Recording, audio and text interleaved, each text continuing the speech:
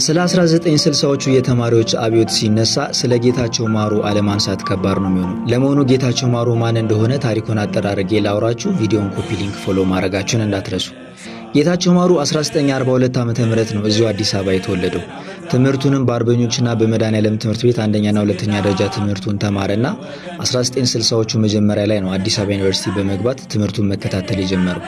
ትምህርቱን እስካቋረጠበት ጊዜ ድረስ ሰቃይ ተማሪ የነበረው ጌታቸው በፖለቲካ ርዕዮተ ዓለም ደግሞ የማኦ ዜዱንግ የግራ ክንፍ የፖለቲካ መስመር አቀንቃኝ ሲሆን ማኦይዝምንም ደግሞ በአዲስ አበባ ዩኒቨርሲቲ ውስጥ እንደሱ ያስፋፋ የለም ተብሎ የሚነገርለት ጎበዝ ወጣት ነበር። በየደረጃው የነበረውን የተማሪዎች ትግልም መልክ እንዲይዝ በማሰብ ቡድኖችና ማህበራትን ያደራጅ ነበር። በሚያደራጀው ማህበርን በሚያዘጋጀው አብዮት በሚል መጽሔት ነበር ጌታቸው በደንብ የሚታወቀው።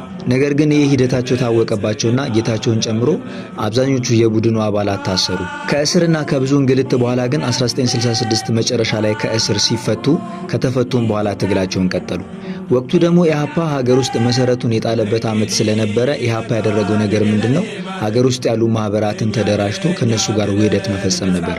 በዚህ መንገድም ከነጌታቸው ማሩ ድርጅት ጋር ድርድር አደረጉና ውህደት ፈጸሙ። በዚህ መሰረትም ጌታቸው ማሩ የኢህአፓ ማዕከላዊ ኮሚቴና የፖሊት ቢሮ አባል ሆኖ ተመደበ። ወጣት ስለነበረ ከሁሉም ውስጥ የፓርቲውን ወጣት ሊግና ዋናውን የፓርቲ ጽህፈት ቤት ያገናኝ የነበረው ጌታቸው ማሩ ነበር። ከዚህም በተጨማሪ የኢህአፓን ቀይ ኮከብ ተብሎ የሚጠራውን የድርጅታዊ ርዕዮተ ዓለም መጽሔት ዋና አዘጋጅ ነበር። 1968 መጨረሻ ግን የኢህአፓ አመራሮች ዘንድ ትልቅ ጭንቀት የተፈጠረበት ጊዜ ነበር። ይሄም ደግሞ የተፈጠረው እርስ በርስ በነበረው የሐሳብ ልዩነትና ያለመተማመን ችግር ነበር። ይሄ ችግር የጌታቸው ማሩን ህይወት እንዴት በሚያሳዝን ሁኔታ እንደቀጠፈ ደግሞ የዚህ ቪዲዮ ሁለተኛ ክፍል ላይ ይዤላችሁ እመጣለሁ።